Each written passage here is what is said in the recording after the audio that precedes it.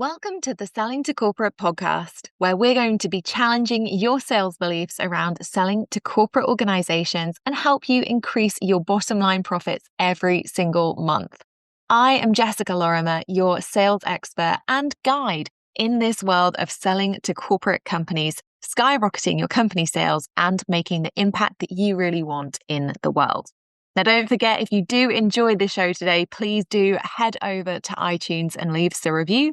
But enjoy this episode, and I am really looking forward to sharing some epic sales wisdom with you.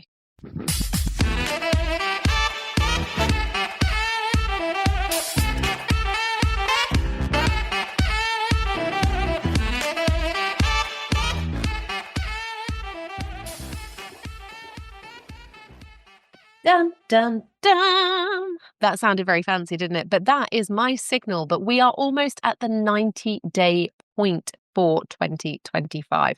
I know, I don't know how it's happened. I bet you don't either. We could have a whole conversation about how quickly time is passing right now. But I don't know whether that's actually something to do with me hitting my mid-30s. Because when I was a kid, I thought time moved so slowly. I would wait an agonizing wait for my birthday in September. And every year it just felt like it got slower and slower. And now I feel like if I blink today, tomorrow it will basically be 3 days before my birthday and I'll be 36. I just don't know how this is happening. So if, like me, you are feeling a little bit surprised about the fact that March has rolled around so soon and that we are at almost the end of the first 90-day period of the year, you might be thinking, this is not the episode that I want to listen to, particularly as I know that quite a few of you have had a slower start to 2025 than you would have liked. In fact, after my New Year's episodes, where I talked about the fact that, I feel like this year has been a slower start and people have really had to settle into it, I got lots of messages from you guys about various things that have been kicking off for you and causing you to have slower starts of the year. So if that is you, and you looked at this episode and thought, oh, this is definitely not something I want to listen to. I don't want to spend the next half an hour to 40 minutes beating myself up about what I could have, should have, would have done differently. Then I just want you to take a little breath. That's not what we're going to do. That's not what we do here, friends. But we are going to start looking at your 90-day analysis. And I'm going to talk about why it's effective. I'm going to talk about why we're going to be objective and not get into self-flagellation mode, because that is not going to help or be necessary. And most importantly, we're going to give you some early warning reporting on what your sales year is likely to look like if you continue along the path that you're currently on, okay? And you're going to get to do this yourself. You don't have to confess it to me. It is not like you have to, send me a carrier pigeon and let me know exactly how your performance has been. But I do want to keep you company on the journey. Now, it's important to say that I am completely buzzed up because I have just spent an amazing 3 days with clients in London. So I had my boardroom event on Wednesday, which is my high-level group, small group, that's why I call it the boardroom, of amazing entrepreneurs who work with me at a very, very close and high level throughout the year to support their B2B sales strategy and expansion and growth and all those good things. So people who are operating at the 6-figure plus mark. And then I got to spend an amazing 2 days, and it was genuinely amazing. If you weren't there, I'm sorry, but you did really miss out, and you should absolutely get a ticket for next year. I had an amazing 2 days at Converting Corporates, and I don't even know what to say apart from, for me, one of the most powerful post-COVID realizations has been the importance of being in the room for sales strategy and support. And I don't know whether anyone else feels like that. And I know that, there are people listening to this podcast in countries that are far, far from the UK. And I get that it's not always practical, but there is something incredible about being in the room with people who all have common goals. And this year's Converting Corporates just did not disappoint. It was possibly one of the most amazing rooms of people that I've ever had the pleasure of leading. I was absolutely flabbergasted by the incredible relationships that were forged and built over the 2 days. I was absolutely blown away by the amount of action taking in the room. We actually had somebody who came along on the second day, signed their biggest ever corporate deal, and like came up to me and they were like, "Oh my gosh, this has happened." And don't get me wrong, this is not a deal that they started in the room, but the collective, positive, excited energy and the things that happen at Converting Corporates are genuinely just magical. And that comes from me, who is possibly the most cynical person in the universe. So as you're listening to this, just think how incredibly magical it must be to have somebody as cynical as me talking about it and using the term magical. Okay, so converting corporates aside, or not aside, but converting corporates this year made me realize that sometimes it's really easy to keep doing the things that you're doing just because you're not really sure what to change or whether it will work. And one of the things that came up a lot at converting corporates this year was that people were afraid to do things differently or that might rock the boat. Now, if you were at converting corporates this year, then I absolutely applaud everybody's honesty and transparency and genuine thoughts that were shared over the 2 days, because it was just incredible to get an insight into what's going on day to day for the majority of people that I'm not always working super closely with. And actually, what I mean by this fear piece in the room was not fear that sales are not being made, because they are, and I'm going to talk about that later in the episode, but this fear around, what if I do this thing and it goes wrong? And it's so interesting to me because when we're in sales for a very long time, we don't operate from that place of, what if I send this email and word it like this? Will someone be upset? What if they think that I'm following up with them too much? What if they think that I'm a burden? We just get so used to doing the activity that it's normal. It's just what you do because it's the process, because the process works, because we trust the process. And it was one of those really great reminders for me to be in a room with people who were intelligent and invested in their own sales process and who were questioning, what will happen if I do this? What happens if I trust the process and, somebody gets upset at a message that I send, or somebody sends me a kind of snotty reply or whatever. And it was different from other years, because I think in other years, particularly post-COVID, we've all been operating this bubble environment where it's like, oh, things are relatively good. I know lots of people who've been trying to straddle the B2C and B2B markets, and it's, they've found it difficult, but not as difficult as this year, when the cost of living crisis has just completely destroyed some B2C businesses, where they didn't realize how much time and capacity it would take to keep trying to sell to individuals. This year, sales activity matters more than ever. And it's interesting to me because we automatically have this negative outlook on it. What if we do it and it doesn't work? Instead of thinking, well, how about I do it and give myself the data to be able to make data-driven decisions about whether it worked or whether it didn't, right? And I think that in itself is quite an interesting mindset shift or reframe, is not to look at what if it works, what if it's all amazing, but to look at, what if I do it and then I have the data to be able to make real decisions that are tangible. I think that is a much more powerful mindset to have around sales. Because let's face it, we can all talk about what we're afraid of. We can talk about being afraid of rejection. We can talk about being afraid of success. We can talk about being afraid of being average. But the reality is that a lot of the time our fears are difficult to quantify because we don't have the data to prove or disprove. We only have how we feel.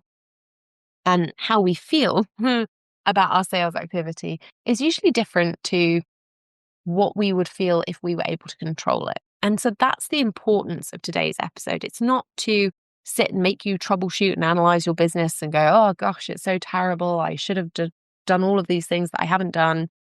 It's actually to help you make data-driven decisions about how you run your business. Because in 2025, the time where, you just buy any old course that pops up because it looks kind of fancy and, might get you a bit of the way towards something, it's gone. It's really gone. And people are taking, you might have seen this as much as I have. I'm somebody who runs both a B2C and a B2B business. My B2B business is unchanged. If anything, I'm getting more corporate clients, which isn't phenomenal. And I love that. I love that work that I do. It's incredibly rewarding. And it makes a huge impact on the organizations that I work with. On the B2C side of things, I see sales cycles taking a lot longer for people. I'm privy to some conversations with people who've been really, really successful in the B2C space who are losing profit and losing revenue and finding that the market is very, very difficult because selling to individuals is hard work. It is hard work. So when you're listening to today's episode, I don't want you thinking, oh gosh, let me troubleshoot this and beat myself up. I want you thinking, let me put my inner nerd head on. Let me get the data behind some of the decisions that I can go on to make so that I can make the best decisions for me and my business, rather than thinking I just have to keep being reactive to everything and hoping for the best and feeling out of control. So my aim for this episode is for you to walk away knowing what you want to do differently. Okay, what you want to do that is going to give you fulfillment. And by fulfillment, I mean joy and cash, because I'm all about the joy and cash. Also, side note, how would we feel if I had t-shirts with joy and cash written on for an event that I'm going to do next year? P.S. That event will be converting corporates. But I just feel like, maybe not t-shirts, actually. I think t-shirts are a real pain in the backside to try and create, but notebooks. Would we feel good about joy and cash, or would we feel grim about it? Answers on a postcard, carrier pigeon, email, whatever you want. But seriously, please do let me know, because I kind of feel like that's going to be my, I don't know, catchphrase for 2025 and 2026. So let's dig into some troubleshooting. Now, it is important to note that as you're listening to this, I want you to be doing. So if you're driving on your car, I want you to make a little commitment to yourself that later on you're going to get a pen and a paper and you're actually going to go through some of the numbers, because, I appreciate that it is annoying and time consuming and everything else, but I want you to be able to make the best decisions. And that actually means looking at the data. So if you are on a dog walk, or I'm joining you at the supermarket, or in your car, or cleaning your house, which these things seem to be, relatively regular tasks that I complete with you all, and I love it, then please do make the time later to get the data. All right. And we're doing this exercise now because we're in the first 90 days. The first 90 days is done. By the time that you listen, or maybe by the time that this episode airs, the first 90 days, there's very little left that we can control. And so it's so important to do this exercise now to have the early sight on what we want to do next. Because I don't know about you, but I have felt out of control in my business before. In 2015, actually, I felt really out of control with it because, and it wasn't even from a revenue perspective, which sounds silly, but I felt like I was doing so much. I was on this race that I didn't know I was participating in.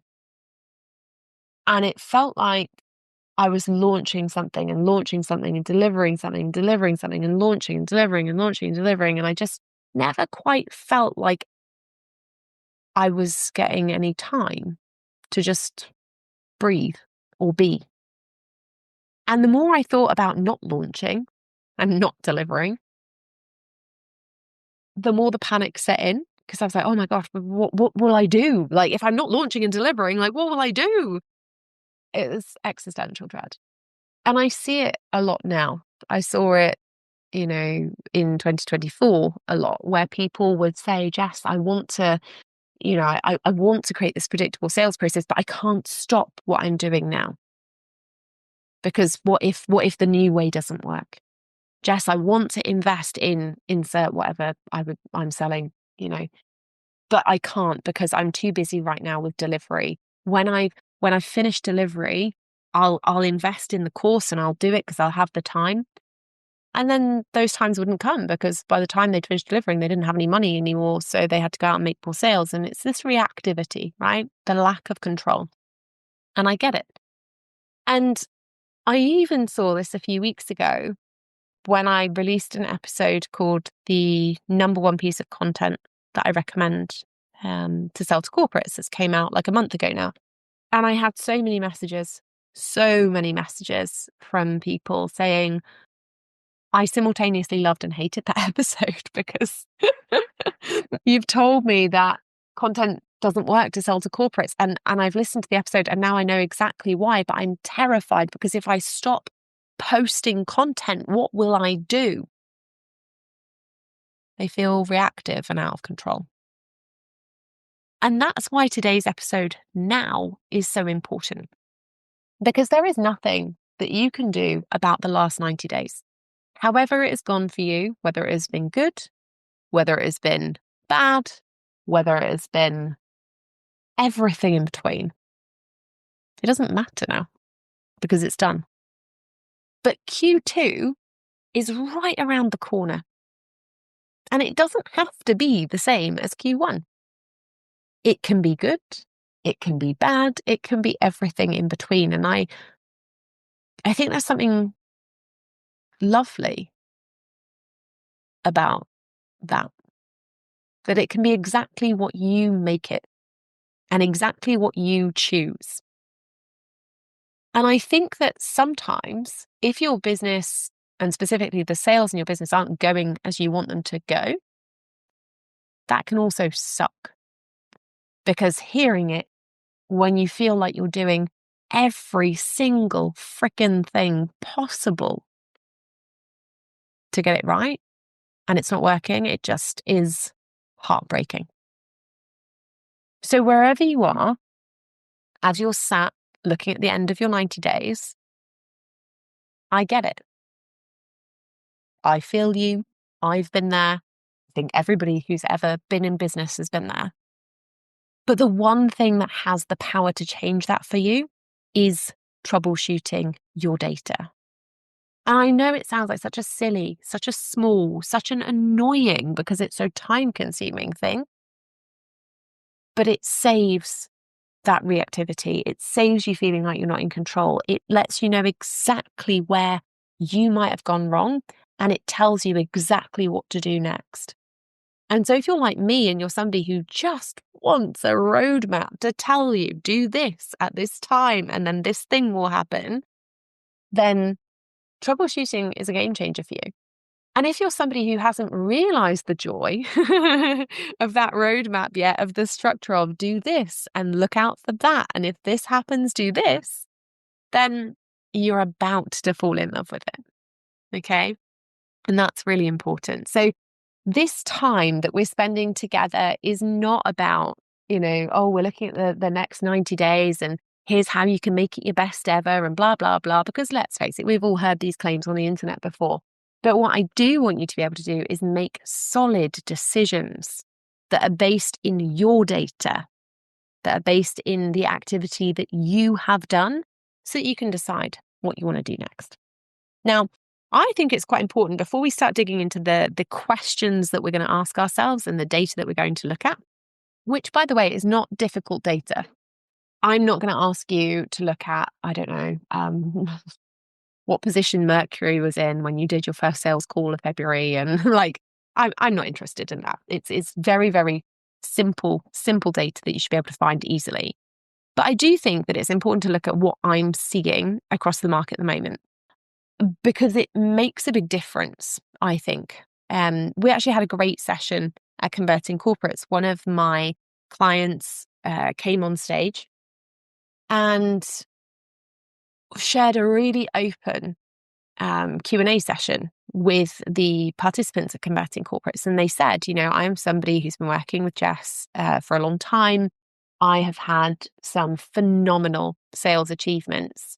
And 2024 was a hard year because I had a lot of life things happening and I wasn't able to be as diligent as I wanted around my sales activity.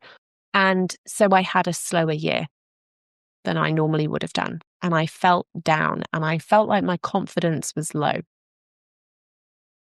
And they also then talked about the fact that in the first 6 weeks of 2025, they'd stepped up, they'd joined a program to work with me at a close level this year to regain some of their sales focus.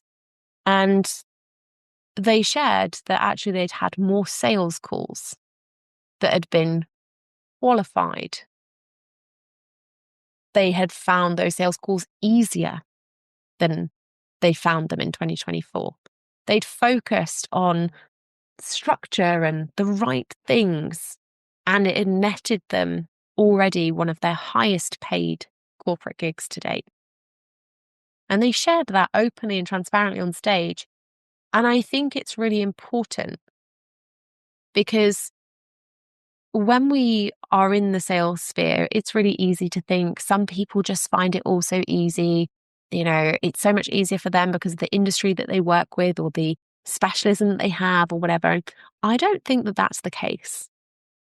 In fact, what I see in my best clients, so the ones who are consistent with their sales results, so not looking at just the granular activity they do day to day, but when we look at the ones who are best in terms of their consistency around their sales results, the ones who are happiest with their work-life balance, what I see in them is complete focus on their own sales pipeline.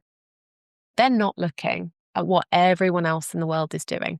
They're not getting into comparisonitis around, oh gosh, this person's launched this thing. Maybe I should tailor my program a bit more like that.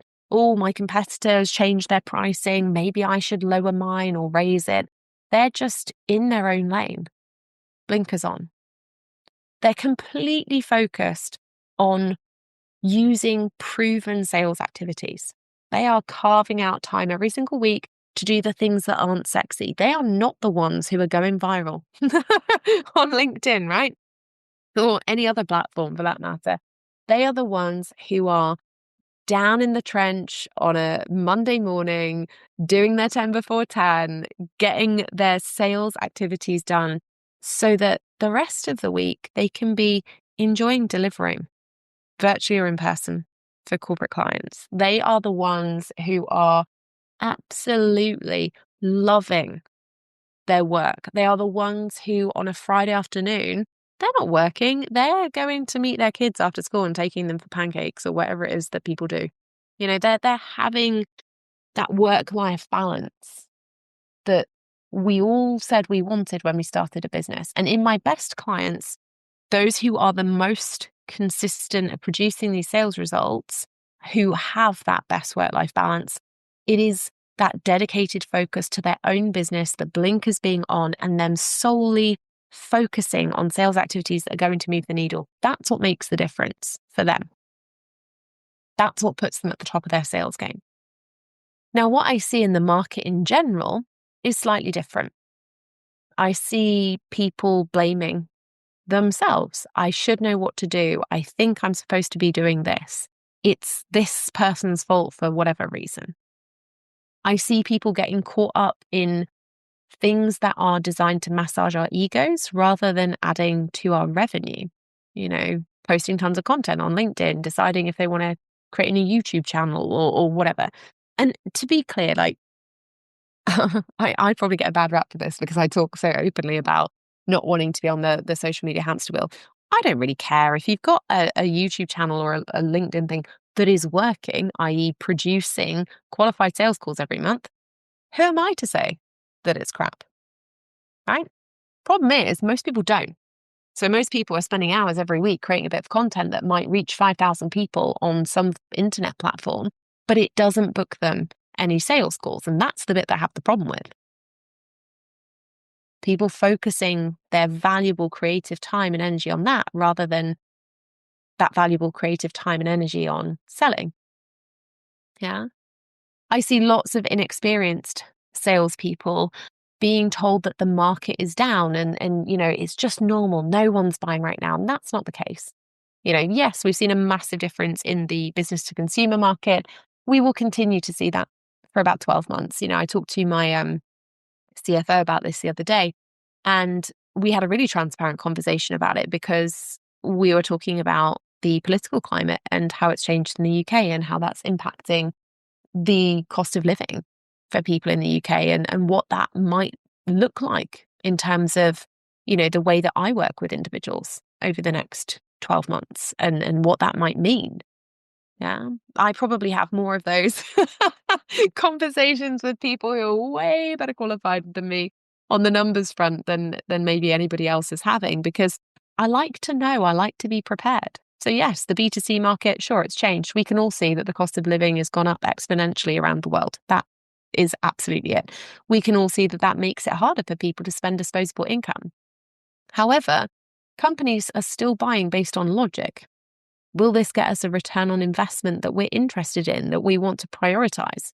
In fact, companies are buying more than ever before because with redundancies and reductions in permanent headcount have come the need for external suppliers to come on board and support. So it's not all doom and gloom.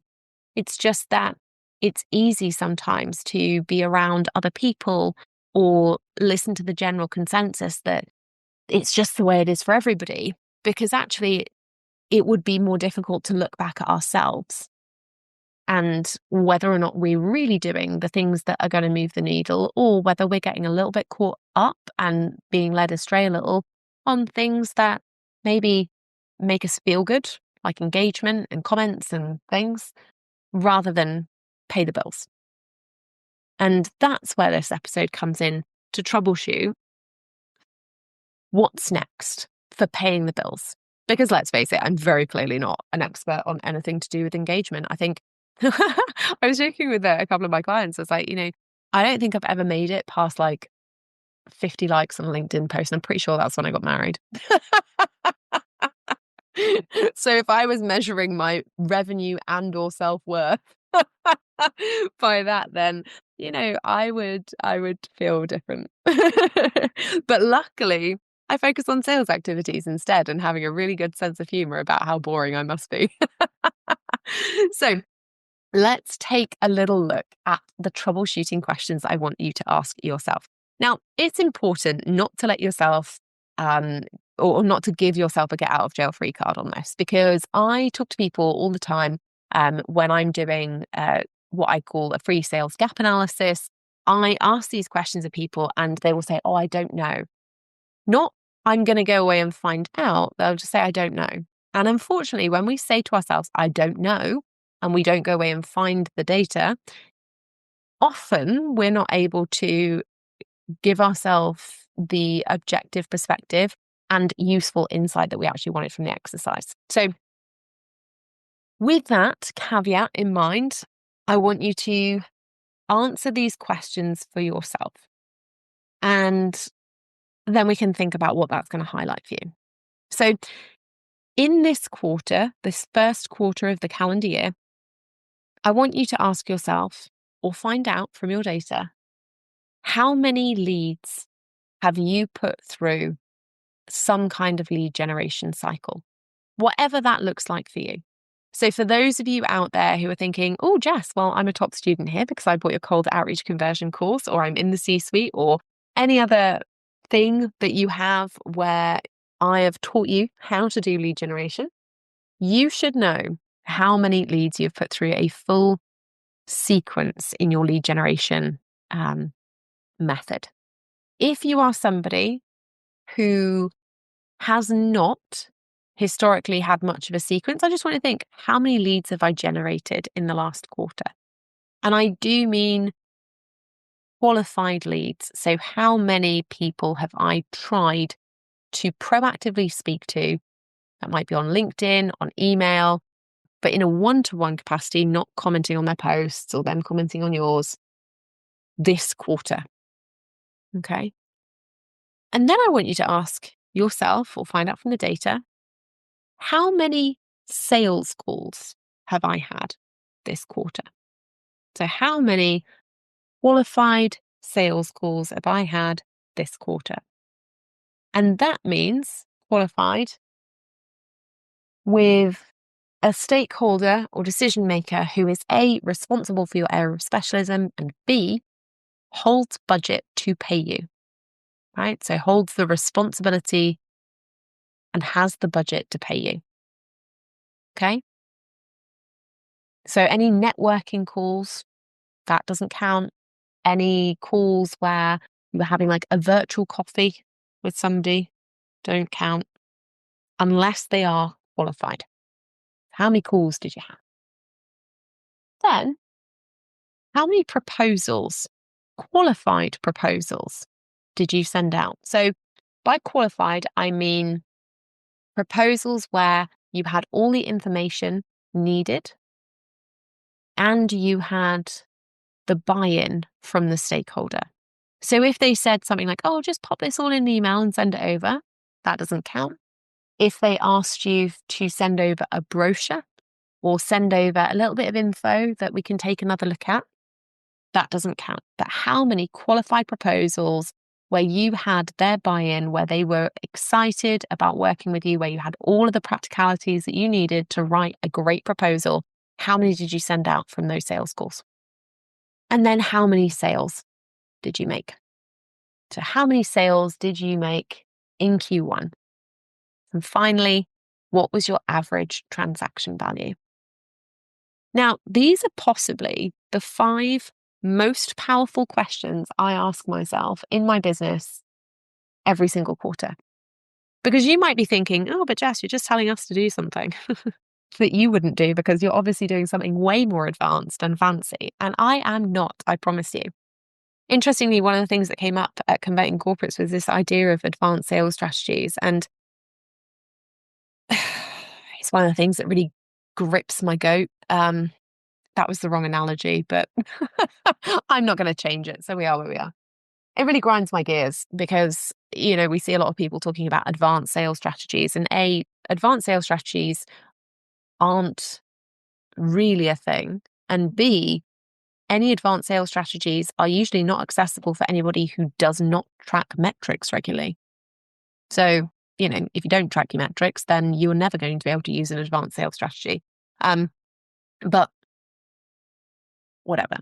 Anyway, back to troubleshooting. So if you've answered those questions, you might now be thinking, I can immediately spot what my problem is or what my problems are in my sales process. Or rather than thinking about as problems, let's call them areas that you'd like to refine.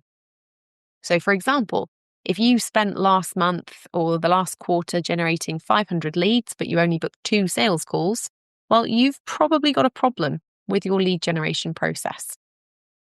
Okay, you've probably got a problem there.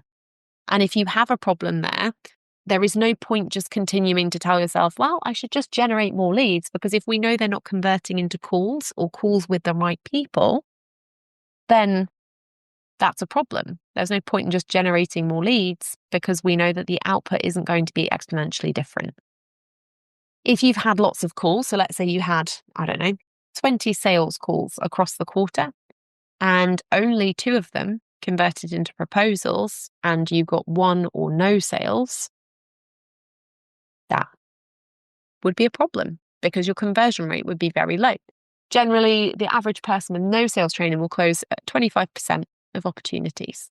Okay, so when you look at your sales calls, if you had 20 sales calls, then you would be looking between, let's say, between 2 and 4. Let's be generous. 2 and 4 opportunities, right? But that's typically what we would expect to see. Okay. Now, I've also just realized that my maths on that is terrible. How can I be so bad at percentages? 25% of 20 is not going to be between 2 and 4. I apologize unreservedly for that. It would be between 4 and 6. Let's put it at the top end. There's me like, oh, we'll be generous, and then completely cutting you out a couple of sales. But seriously, the average person is closing 25% of opportunities. So if you were having 20 sales calls and you were closing 5 sales, wonderful. If your average transaction value was £10,000, even better. If your average transaction value was £200, could be a problem. Okay. These are the questions that we want to know the answer to, because creating a consistent sales pipeline means being able to confidently set yourself sales tasks that you know are going to move the needle. And it means being able to refine and hone your sales skills constantly. One of the interesting things I see about the entrepreneurial space is that we all look to find the new thing. We get really creative, which is awesome, by the way. But we look to find the new things. So it's like, I'm going to try this new sales process. I'm going to try this new lead generation method. I'm going to try this new speaking thing. And we forget that actually there are some parts of a process that might work. I see it a lot. I do sales gap analyses all the time. And so I'll say to somebody who'll tell me, I just need more leads. I'll be like, no, you don't need more leads, because you've got good leads and they turn into good calls. But actually your call conversion rate from call to proposal is not good. If less than 70% of your calls are turning into proposals, you've got a problem. Yeah. So sometimes we have to look at this data and be really objective about it. And that's what I want you to think about today is, okay, how many leads have I generated? Out of those leads, how many turned into calls? How many of those calls asked me for a proposal, or did I send a qualified proposal to? How many sales did I actually make out of those proposals? And what was my average transaction value? And that is going to tell you where the gaps are. And if you're not confident, if you think, I think that I'm on the money here, but I just want to sense check it, send me a message. You can send it to me on email. You can send it to me on LinkedIn. You can send it to me however you want. But send me a little message and just say, hey, Jess, here are my numbers. I think that my problem is here. Is that right? And I'll tell you, and it might be amazing because you might get it absolutely nailed and be like, okay, this is cool. I know exactly what I've done there.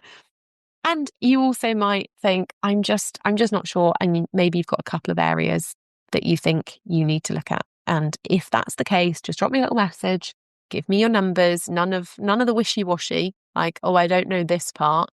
But can you make a good guess based on the other numbers? Because I will say no. But send me a little message and let me know your numbers, and I can go through them and tell you, are you on the money, or is there a different thing you need to look at? Okay. Now, the final thing that I want to talk about today is something that came up, and I might actually do a wrap-up episode of about converting corporates, because it was honestly just brilliant, like absolutely brilliant people in the room, brilliant conversations, brilliant insights from the market, incredible. Very, very cool key learns and takeaways from it. But one of the interesting things that came up was we talked about what I call the sales triangle. And we talked about it because sometimes people were feeling like over the last year, they've been busy, they've worked really hard, they've done the things that they thought they were supposed to do in their sales process, and it hasn't worked. And I've noticed a big trend actually in the B2C space, where I'm privy to a lot of conversations with people who are saying that market has really changed. And don't get me wrong, like I've noticed, it takes people longer to make decisions now because there is more to consider as an individual. But I've noticed this trend where people are upset that individuals aren't investing at the same levels that they were previously. And honestly, I think it's because of the sales triangle or lack of sales triangle in some of the programs that were in the online space, certainly when I was more active there between sort of 2014 and 2019. Because most courses weren't actually getting people results. They were getting people in and then saying, oh, you can sell to the people in there. It's about being seen. It's about being visible. And kind of creating a pyramid scheme. And that doesn't really work for creating consistent sales. And it certainly doesn't work for selling to organizations. When we look at how, again, if we looked at my best clients, the ones who create the most consistent sales results and have the best work-life balance, they operate within this sales triangle that I talk about. So the sales triangle itself comprises, obviously, of 3 areas or points. One is strategy. So having a proven strategy that actually works rather than trying to test too many things at once. So one of the big common issues that I see with a lot of people trying to sell to corporates is that they'll try a little bit of a strategy from this person and a little bit of a strategy from that person and try and mesh them all together, and then they're shocked that they don't all work because a lot of those strategies weren't built to work together. I couldn't tell you what my competitors do. But my best clients, they operate using one proven strategy. So they follow diligently one proven strategy. They have stopped trying to figure it all out and test everything at once. Instead, they are testing things, but they're methodical about it. They're basing it on data. They're giving things the right metrics or KPIs behind them, and they know what they should be looking out for, so they can follow a strategy and feel confident in it.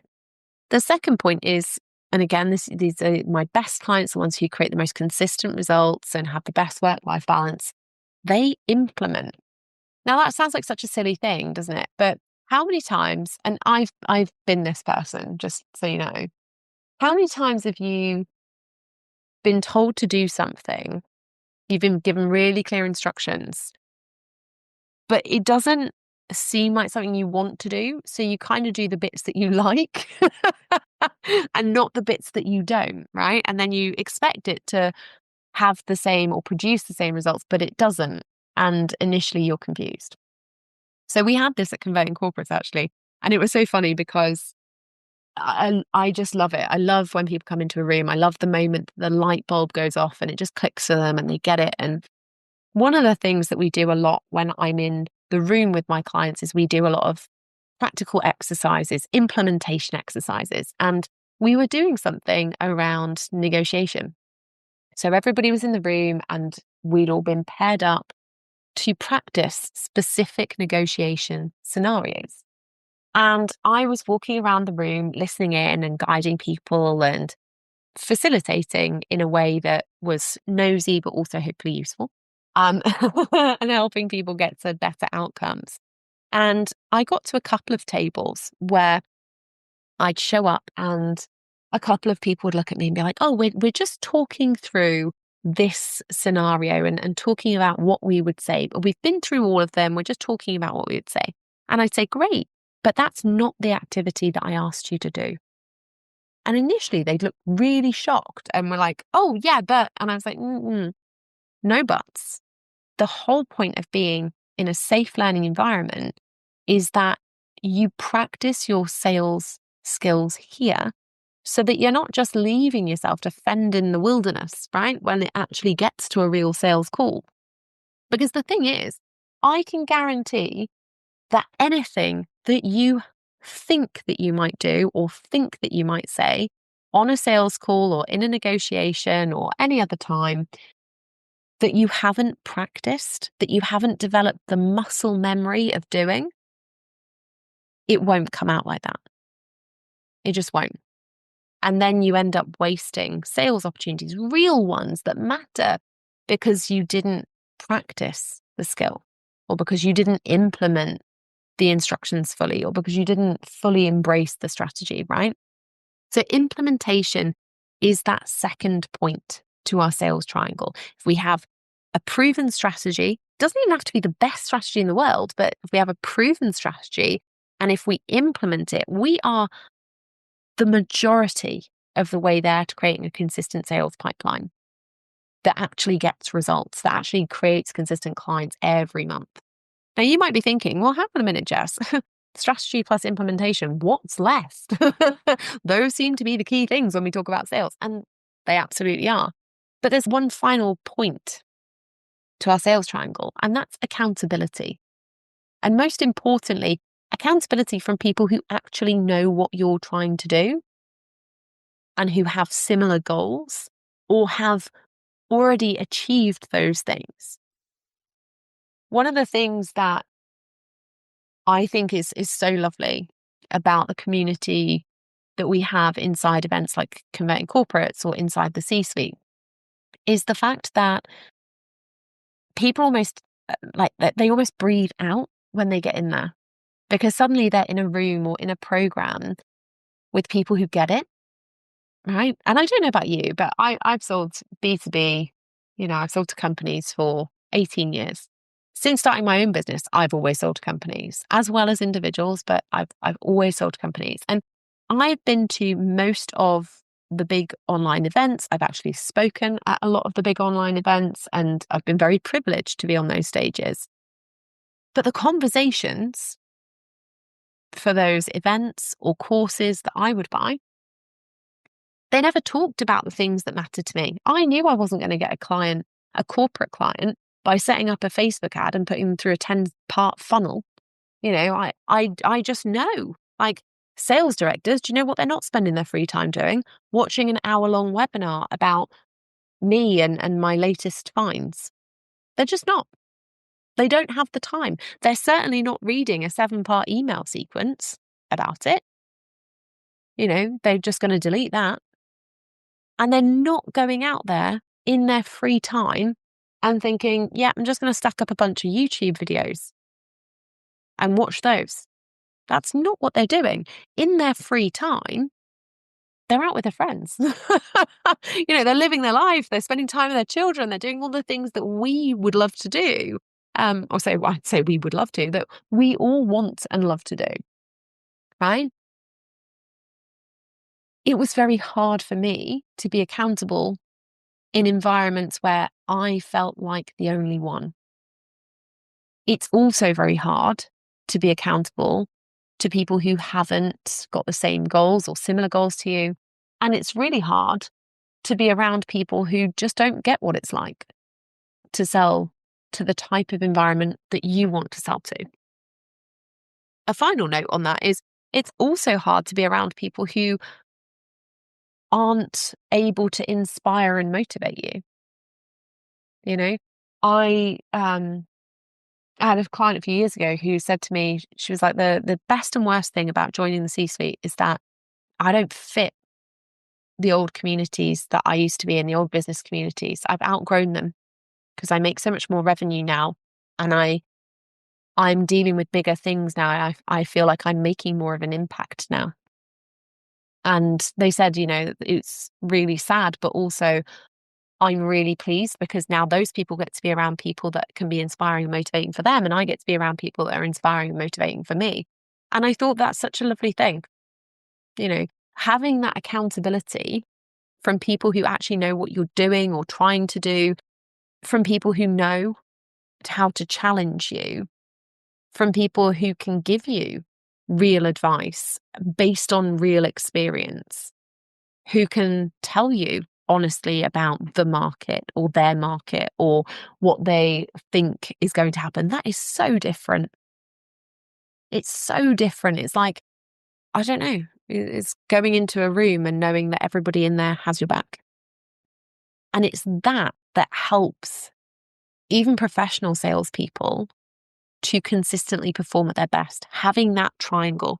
And that's why salespeople professionally work in teams. Everyone thinks it's a super competitive thing, but actually it's not. It's they're operating in these small environments to remind each other regularly about the strategy they're supposed to be focused on. They're watching other people implement, so that it inspires and motivates them to do more, implement more, be more efficient and effective. And they have that accountability, high level accountability from their peers who are trying and aiming for the same goals. That is what creates an effective sales team. That is what makes somebody amazing at sales, when they have all three of those things. And of course, you can you could take out accountability and people do well with just strategy and implementation. You could take out strategy And you could say, hey, look, you've just got implementation, accountability, and some people will do okay there too. But having all three is a game changer. It's living in a world that isn't an echo chamber, but that actually is meaningful and motivates you and helps you avoid telling yourselves the stories that you might already be telling yourself about the market being bad, or, I just need to get a funnel, or I just need to do X, Y, and Z. Having strategy, implementation, and accountability means that you don't get to give yourself the out. So at the time that you're troubleshooting today, I want you to troubleshoot your numbers. I want you to think about, in Q1, what has my overall sales performance been like? Not just in terms of revenue, but in terms of those core sales activities and metrics that we look for, so that you can know exactly what you need to be working on next quarter and where you need to focus your time, energy, and attention working on to get better results. But I also want you to troubleshoot what you are spending your time doing, right? And thinking, am I meeting that sales triangle? Do I have strategy? Am I implementing fully? And do I have accountability from people who get it? And if you are missing those things, it might be time to think about where you can get them. All of that said, I am going to leave you in the throes of March. Hopefully, spring is coming soon, wherever you are in the world. And I'm going to head off to a very important event that I am speaking at this month. I'm actually a silver sponsor, which sounds very exciting, doesn't it? For the Big Festoon. So if you are going to the Big Festoon hosted by Danny Wallace in Bolton, then please let me know, because I will see you there next week. Yay! When I will be on the big stage talking all about how you can create corporate revenue streams. So if you are going, I won't know anyone. So please come and say hello, so that I'm not a big loser. And if you're not coming along, but do want me to look at your sales gap analysis, please do send over your numbers via LinkedIn or via email, and I will sense check them for you. I will see you in the next episode.